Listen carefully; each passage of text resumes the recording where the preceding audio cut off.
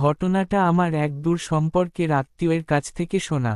যাকে নিয়ে ঘটনা তার নাম ইকবাল। ঘটনাটা এরকম, ইকবাল ১৯৭১ সালের মুক্তিযুদ্ধকালীন সময়ে বরিশালের কোনো এক স্থানে সরকারি চাকরিজীবী ছিলেন। পাকিস্তানি মিলিটারিরা যখন বরিশাল আক্রমণ করে তখন উনি মুক্তিযুদ্ধে যোগ দেন।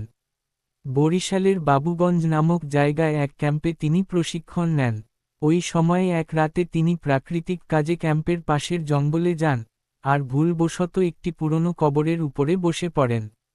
তখন তিনি তার পাশে কিছু শব্দ শুনতে পান। তখন চাঁদের আলো ছিল। ওই আলোতে তিনি দেখেন পুরনো একটা গাছ থেকে একটা মহিলা উল্টো হয়ে নিচের দিকে হেঁটে নেমে আসছে। মহিলাটির চোখ বলতে কিছুই ছিল না। মহিলাটি দেখতে দেখতে তার খুব কাছে চলে আসে। তিনি কি করবেন কিছুই বুঝতে পারছিলেন না। এমনকি দৌড় দেওয়ার শক্তিও হারিয়ে ফেলেছিলেন। তখন তিনি দেখেন মহিলাটির মাথা ফাটা, আর ফাটা জায়গা থেকে রক্ত ঝরছে। কিছু রক্ত কাপড়ে লেগে আছে আর চুলগুলো এলোমেলো। মহিলাটি উনাকে ধরার জন্য হাত বাড়ালে তিনি দৌড় দেন। কিছু সময় পর তিনি পিছনে তাকিয়ে দেখেন যে কয়েকটি অনেক বড় আকারের শূকর তার দিকে দৌড়ে আসছে। এটা দেখে তিনি আরও জোরে ভয়ে দৌড় দেন এবং একটা গাছের সাথে বাড়ি খেয়ে অজ্ঞান হয়ে যান। ক্যাম্পে ফিরছে না দেখে তার সঙ্গীরা তাকে খুঁজতে বের হয় এবং জঙ্গলের পাশে পায়। তার শরীরে কোনো কাপড় ছিল না এবং বিভিন্ন স্থানে লাল দাগ দেখা যায়। তার অবস্থা বেশি ভালো ছিল না। তার কিছু দিন পর তাকে তার গ্রামে পাঠিয়ে দেওয়া হয়। তখন যুদ্ধ শেষ হয়ে গিয়েছিল।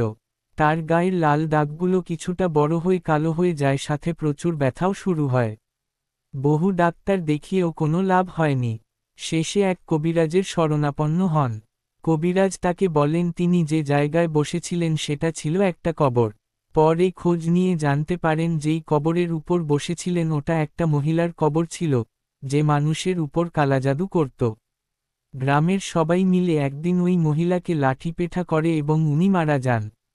সবাই মিলে ওনাকে জঙ্গলে কবর দিয়ে রাখে। এরপর থেকে অনেকে রাতে জঙ্গলে ওই মহিলাকে দেখতে পেত।